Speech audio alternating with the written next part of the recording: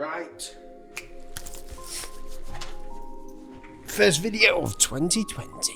It is 2020, I am very excited. Now, something that I normally do at the start of every year, which is the most loved video topic of mine, just because not only that you guys like it, but because I like to make them, they're really fun. It is 2020, that means that there are new things to look at in the world of graphic design. Now, I am a logo designer, hand lettering artist, and I bring you these videos multiple times a week, and I've had a lovely Christmas break. It's been amazing. And the great thing about Christmas break is that it gets you to really look to the future, lets you reflect on the year that you've just had, and it lets you look into the future as to where you're going. And there's nothing better than starting the year really well on a video, my first video of 2020, talking about graphic design trends. I'm going to be showing you in this video 7 trends that I am betting my life on seeing in 2020 in the graphic design industry. So basically, a little forewarning, these trends, you don't have to do them. In fact, I don't do them, but they're really interesting to see,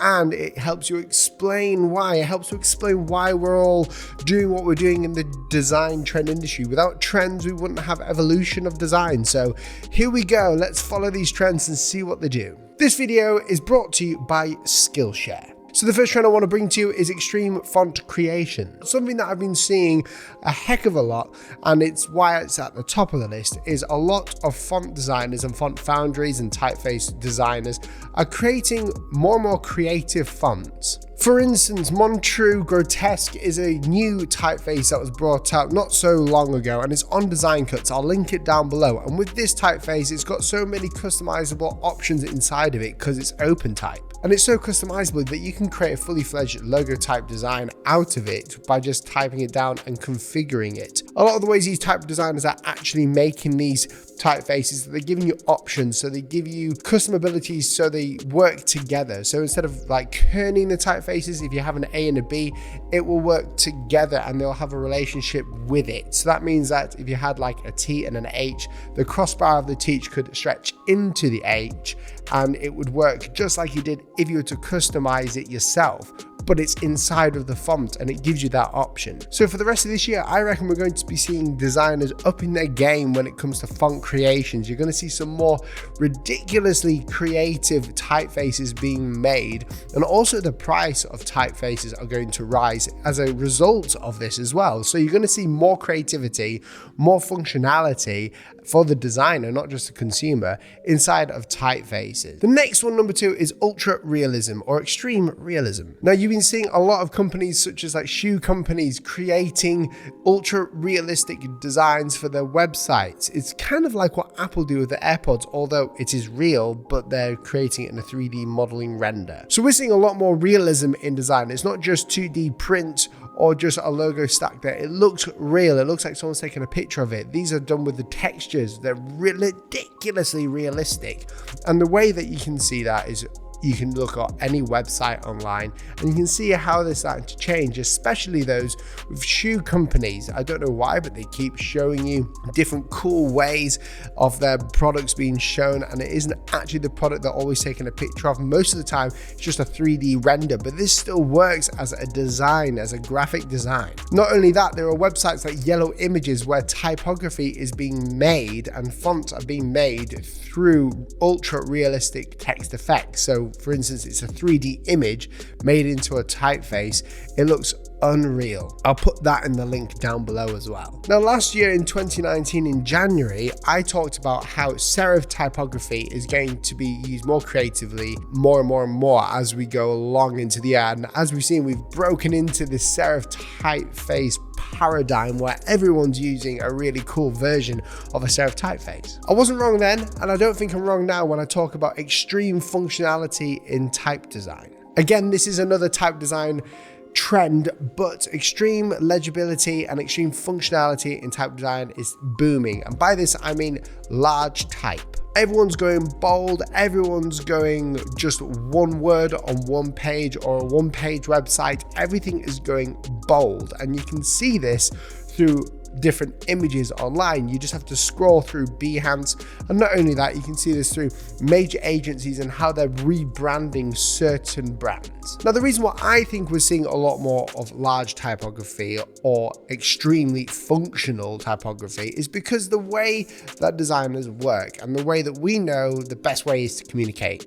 That was very confusing. Let me explain it like this. So my personal belief about why we're seeing a lot more typefaces that are extremely functional with they're huge and they're bold and they're just flat out there is because of hierarchy. Hierarchy is one of the main communicators in design. It shows you what you need to see first in order to gain context of what it's communicating. We're seeing websites with just like one word on it, and it's insanely minimalist, but it's also very functional just having one word on there. And also, you're not distracting the person you're trying to communicate the message to, which is insane. So you just have one word on there and that's it. Now, whether or not you call it extreme functionality when it comes to type design or font creation or use in graphic design, I just call it extreme functionality because it is extremely functional to have a massive typeface or a massive word wherever you are. Okay, the next one is a pretty huge one, and don't worry, it's not about typography, it's about color. So I always have a color trend when I do these videos, and the next color trend that I think we're seeing, which sort of kind of follows on but completely contradicts last year's, is flat colors. Now, a flat color is just one color. It could be a blue, green, whatever. It's just flat. But the difference is we're starting to see more monochrome. It's been creeping in because of its futuristic look, and it's sort of got that super cyberpunk color scheme to it as well. The really high hues, the yellows, the pinks, the blues, the greens. You're starting to see all of these colors using monochrome. Now, if you don't know what monochrome is, it's basically like black and white but with a color. So it's just one color but using different tones to create the depth of the image. Now, monochrome is really good to use because not only does it just keep it simple, but it also communicates the brand color. Now, when you're communicating brand visuals to someone, you want to be using that color as much as humanly possible without distracting the audience. So you want to use it on nearly every image depending on your visuals of your brand, but you want to use it on every image. You want to be able to show the color of your brand or the design system that you're working in. So if your company was branded green like the plants over here, this could be just green, and the depth that you're seeing isn't different colors, it's just different tones of the same color. But there you go, monochrome is here and flat colors are here. Gradients, I'll get onto gradients in another video, but they haven't gone yet. It's just that we're going to be seeing a lot more flat colors with bold typefaces on them. And the last one we're going to talk about today is repeated type. 1, it looks cool. 2, it looks sophisticated. 3, it looks modern as hell. And also, it's very easy to do. So repeated type has come from basically anti-design, which is like the opposite of the design rules that we have. We're starting to see repeated type everywhere. It's really interesting to use. People have been using it for quite a while, but it's started to creep in again. It's coming into poster designs. As you can see, it's coming into web designs. It's coming into hand lettering. It keeps everything looking cool, and it conveys a message to the consumer, a message that it's repeated all the time. But not only that, you can repeat the type in creative ways, just like the one that you're seeing here. So there you go, those are some of the trends that I've seen this year. Now, I've been like consistently right with design trends for the past, I think, 3 years now. And aside from a few trends within those that I would have liked to have seen, but I've been consistently right. You can go and look through them on my channel, they're very easy to find. But the main takeaway of videos like this is to not just think that you have to follow with these design trends. Design trends are there to allow you to understand where everyone else is going, so you get a better idea of where you could niche within that trend. But it also lets you learn new ways of doing trends. It kind of pushes the boundaries of design a little bit, and it shows you what the general population's consensus is on a certain type or style of design. I just want to give a huge shout out to the sponsor of this video, Skillshare.